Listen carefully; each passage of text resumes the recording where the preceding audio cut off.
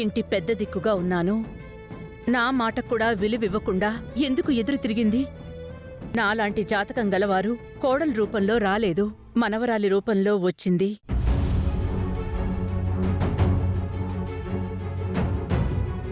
నా నుంచి ఆచార సాంప్రదాయాలను భవిష్యత్తులో అందుకోవాల్సింది. అటువంటి మనవరాల్ని ఆ శవాల కోటకి తీసుకువెళ్ళి బలి చేస్తాను అంటుంది.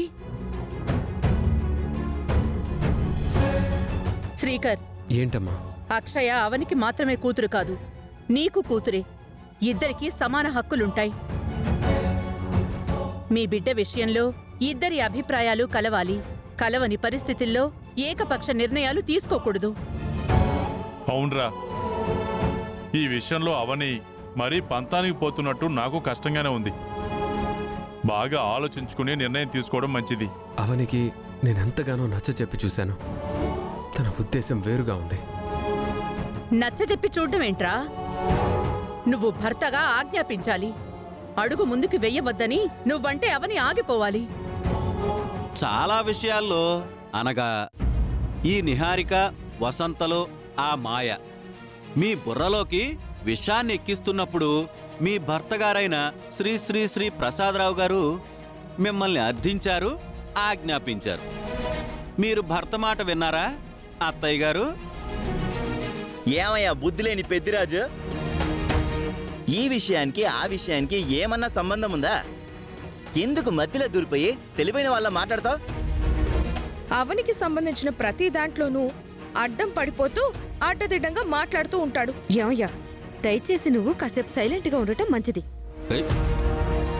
శ్రీకర్, అవని నా గురించి కష్టపడింది, నన్ను ప్రాణాలకు తెగించి కాపాడింది అన్న ఆ కృతజ్ఞత, అభిమానం నాకున్నాయి, కాదనడం లేదు. కాని ఈ వేదవతిని కాదని ఊరికి మాటివ్వడం మాత్రం తప్పు. నేను అవనిని ఎంత దగ్గరకు తీసుకున్నానో మళ్ళీ ఈ విషయంలో అంత దూరం అయిపోయే ప్రమాదముంది. అమ్మ ఏం ఆలోచించినా అదందరి మంచి గురించే కదా నానమ్మా. అర్థం చేసుకోండి. ఈ విషయంలో మాత్రం మీ అమ్మ మంచిగా ఆలోచించట్లేదమ్మా. అత్త, మీ మాట తీరు ఎలా ఉందంటే అసలు నాకు నా కూతురి మీద ప్రేమే లేనట్టుంది. ఓ తల్లి తన బిడ్డ విషయంలో కర్కశంగా ప్రవర్తిస్తున్నట్టుగా ఉంది. ఏ తల్లైనా కూతురుని చేతులారా బలి తీసుకోవాలని అనుకుంటుందా? ప్రాణం అడ్డు పెట్టైనా సరే బిడ్డని కాపాడుకోవాలని అనుకుంటుంది గాని ఎందుకు దూరం చేసుకుంటుంది? అందుకోసమైతే 9 నెలలు ఎందుకు మోస్తుంది? ఎందుకు జన్మనిస్తుంది? బిడ్డ కోసం కుటుంబంతోనూ సమాజంతోనూ ఎందుకు యుద్ధం చేస్తుంది? చెప్పండి అత్తయ్య.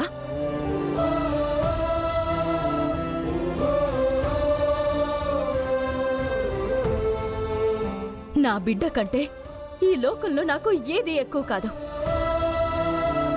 నా బిడ్డని నేను ఎలాగైనా రక్షించుకుంటాను అన్న నమ్మకం నాకుంది. అందుకే అంత సాహసం చేయడానికి సిద్ధపడ్డాను.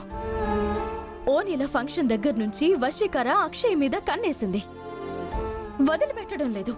అక్షయ్ వలన తనకి వ్యక్తిగతంగా ఏదో పెద్ద మేలే జరగబోతుంది. అందుకే దానిని నేను ఎలాగైనా అంతం చేస్తాను. నా మీద నమ్మకం ఉంచండి. నా బిడ్డకి, నా కుటుంబానికి, నా ఊరికి ఎటువంటి ఆపద రాకుండా నేను చూసుకుంటాను. నా నిర్ణయాన్ని కాదనకండి అత్తయ్య.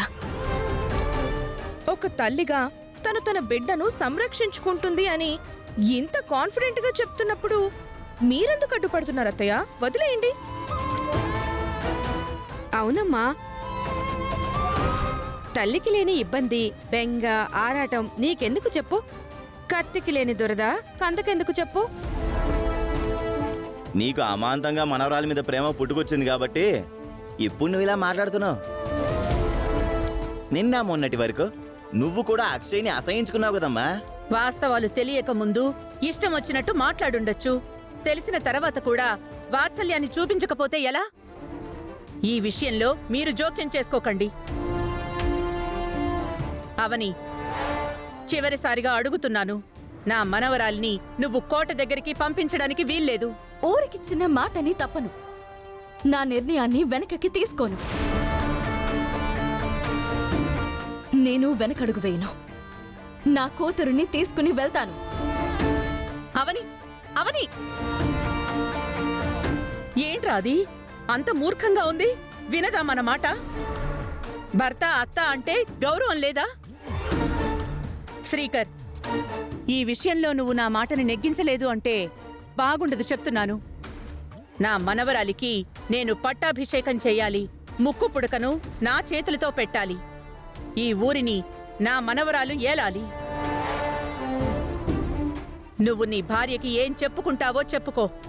అక్షయ్ అయితే శవాల కోట దగ్గరికి రాదు, అంతే.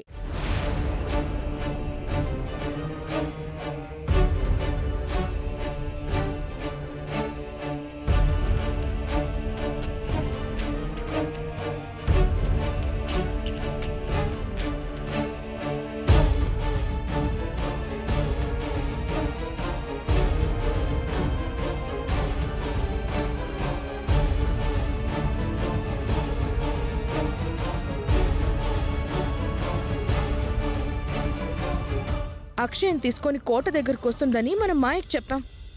మీ అమ్మ వలన ఆగిపోయేలా ఉందిగా. అక్కడ ఉన్నది అత్తని మించిన కోడలు. అమ్మ మాట పోయిందో శ్రీకర్ మాట అస్సలు సాగదు. You don't worry.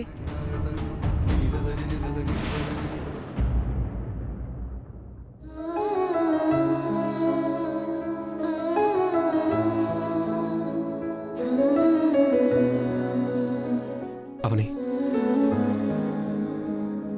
అత్తయ్య అర్థం చేసుకోలేకపోతుంది. నువ్వు కూడా ఏంటి బావా? ఊరి కోసం పాపని ఎరగా వేయటం మంచిది కాదవని. చూడు, నీకెంత నమ్మకం ఉన్నా ప్రమాదం ఎట్నుంచి వస్తుందో తెలియదు కదా. మనుషులతో అయితే పోరాడగలం, మంత్రగాళ్లతో ఏం పోరాడగలం? మనం దైవశక్తిని నమ్ముకున్న వాళ్ళం. అటువంటి దుష్ట శక్తులకు ఎందుకు భయపడాలి? అమ్మ మీ విషయంలో ఇదివరకిట్లా ఉండకుండా పూర్తిగా మారిపోయింది. అక్షయ్కు మంచి స్థానం కల్పించాలని అనుకుంటుంది. అమ్మ మనసు విరిగిపోయే పనులు చేయకవని. అరే, ఏంటి మీరు? ఎందుకిలా ప్రవర్తిస్తున్నారు? ప్రమాదానికి ఎదురెదుతూ నా బిడ్డని కాపాడుకుంటాను అని నేను చెప్తుంటే అర్థం చేసుకోరెందుకు? వశీకరణ అంతం చేస్తానని ఫ్యామిలీ మొత్తాన్ని ఊరికి తీసుకొచ్చావు. ఇప్పుడు ఊరి పరిస్థితి మారిపోయిందవని. రోజుకొకరు చనిపోతున్నారు. వారిలో మన బిడ్డ చేరకూడదవని. దయచేసి అర్థం చేసుకో. ఎందుకు భయపడుతున్నారు మీరు? ధైర్యంగా ఉండండి బావా.